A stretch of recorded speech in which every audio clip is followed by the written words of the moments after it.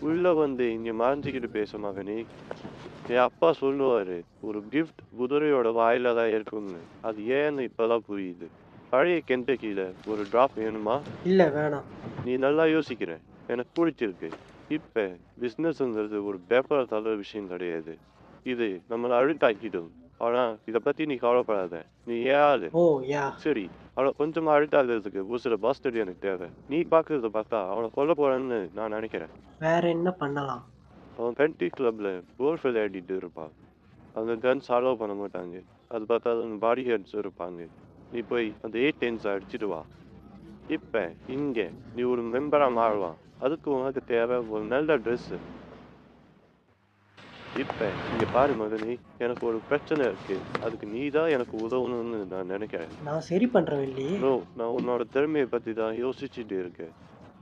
இப்ப இங்க தான். இது இப்ப டெவலப்மெண்ட் வேலையில இருக்கு.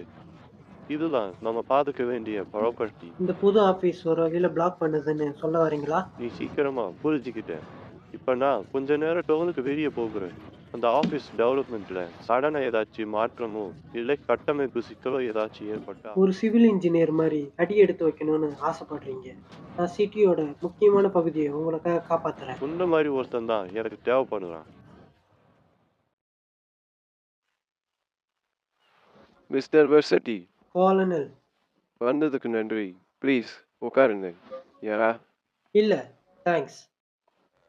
என் மியூச்சுவல் ப்ராப்ளம் இப்போ ஒரு பிரச்சனையே இருக்கிறது நினைச்சு நான் ஒரு மனிதனா வெக்கப்பட்டு நிக்கிறேன். நான் பல வருஷமா கோன்சாலிஸை பார்த்துட்டு வரேன். ஆனா இப்ப அவன் உச்சத்துல இருக்கான். நீ கோன்சாலிஸை கொல்லணும். அவனா செஞ்சான்? எனக்கு பணம். அதான் முக்கியம். இந்த விஷயம் தான் எனக்கு பிடிச்சிருக்கு. நம்ம ஒன்னாவே உன் பணத்தை தேடலாம். இவன் பென்ட் ஹவுஸ்ல இருப்பான். புரியும்போது அழவையா? இதை எடுத்துக்கோ.